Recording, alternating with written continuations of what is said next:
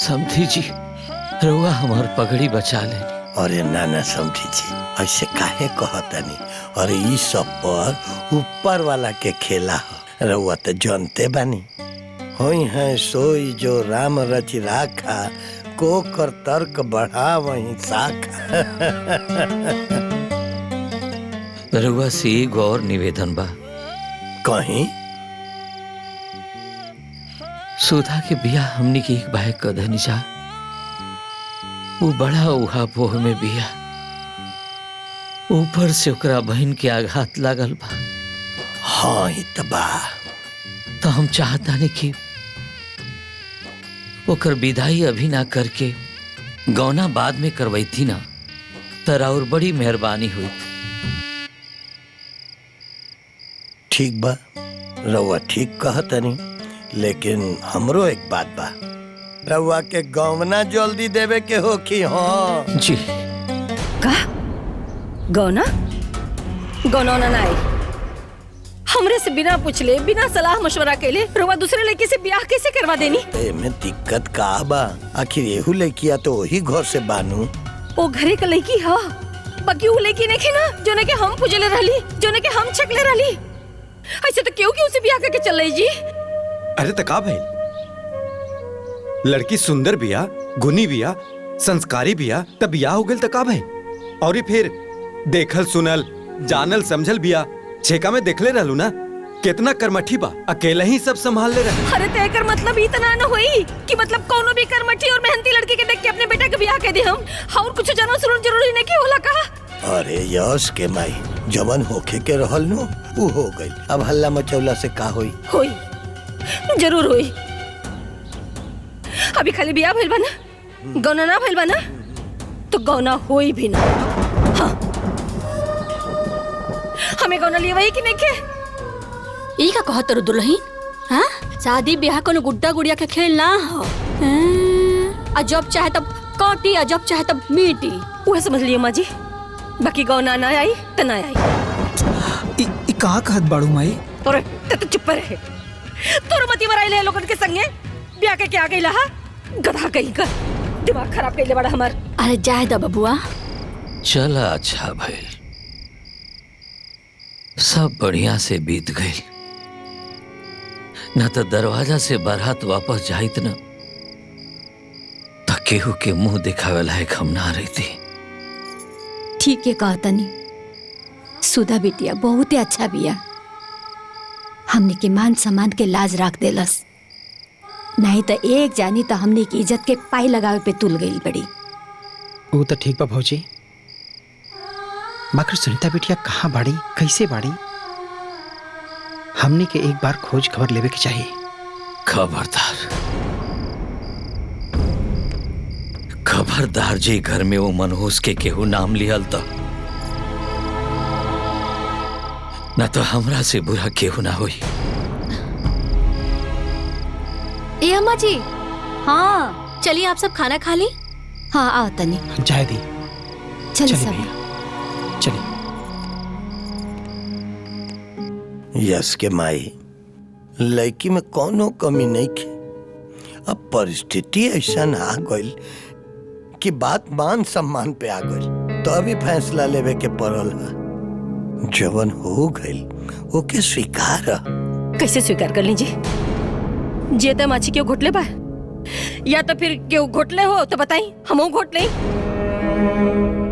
अम्मा जी, ब्याह शादी देख सुन के होला, आंख बंद करके ना, कुल खानदान, रंग रूप, चाल चलन सब देख के ब्याह होला।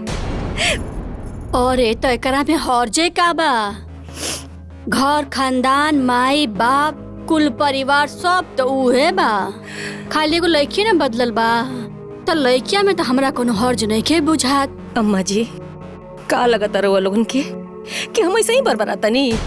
अरे हम बहुत कुछ सोच समझ के बोलता नहीं। जौना कुल का लड़की बेसंस्कारी होके अपने मन से फैसला लेवे, और तो और अम्मा जी अपने माई बाप के मुंह पर करी खापोत के भाग जाए, ओ कुल में ब्याह कर कहाँ का बुद्धिमानी बाजी, कहाँ का समझदारी बा? हमरा के ब्याह मंजूर नहीं खे। गौना ना आई। अरे माई, घर में एक केहू खराब निकल जाई तो एकर मतलब ई ना हो कि सब गलते बा। सब एक जैसन ना होला। हाँ बेटा, एक मछली तालाब के गंदा करेले और फिर वो तालाब का पानी केहू न पियला, केहू न पियला। काहे नहीं के समझता रहता है?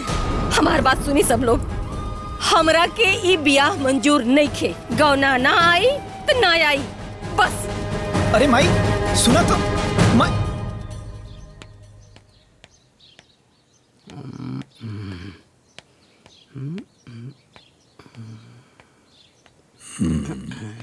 मटरू, ये बड़ा रंगाई पोताई होता।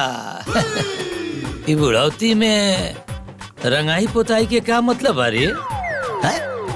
क्या बात बा? अरे भैया हम बताओ बानी का बात बा। जब से समधिन जी यहाँ से गइल बाटी ना, तब से इनकर मामला हरियाइल बा। बूढ़बा कहीं का, खेत में मजदूर लागत तारे सन, दाना पानी लेके आ जाइए। चलो।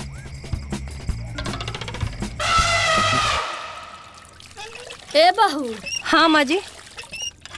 आई तीज के त्योहार नजदीक आ गइल, बहुरिया के तीज ना भेजाई। अरे ओकर पहला तीज हो, तीज ना जाइनू त गाँव जवार सब हंसी करी। रउआ लोगन का दिमाग काम ना करता ना? अरे जब गौना होखा ही के नहीं खे तो कौना बात का तीज? पता नहीं कितनी बार एक बात के समझावा। देखा तर माई, तो हम बताओ हम का करी? अरे महारानी समझी हैं तब ना कुछ होई। ए माई, जब मनी है ना तबे हो सकेला। ए बाबू, वो तो मनी है जो हाँ, लेकिन तीजिया ना जाइनू तब बड़ा पछतावा होई। आ उहो पछताई हा, तू देख ली हा। अरे तो हम का करी? अगर तीज लेके नहीं जाता नहीं तब पछताई, तीज लेके जाता नहीं ता ई गईली तब औरी पछतावे के पड़ी। हो गई नहीं तो वह बात, आगे कुआं पीछे खाई। हे भोलेनाथ, अब तो ही कुछ रास्ता दिखाओ। हमरा तो कुछ समझ में नहीं खे आवत कि हम का करी। और ये पगला, तो उनका के बतौले बिना कौन आकाज बा? तो चुपचाप तीज लेके निकल जो। हाँ, ना कुकुर भौंकी आ ना गाँव वालों जनी है। ए माई, ई तो तय ठीक कहले है। अरे तो हम एक दिन का काले जाता नहीं। बाबूजी चाय। हाँ बेटा।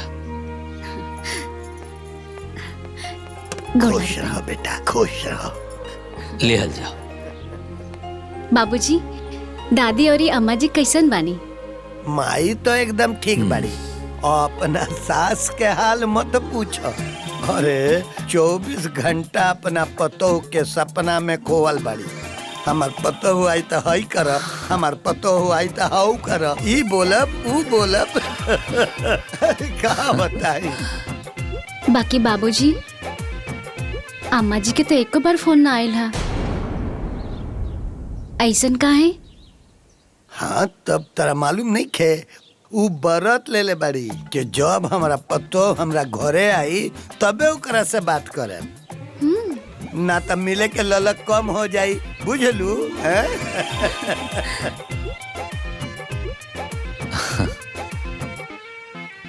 हमार बेटिया कितना भाग्यशाली बिया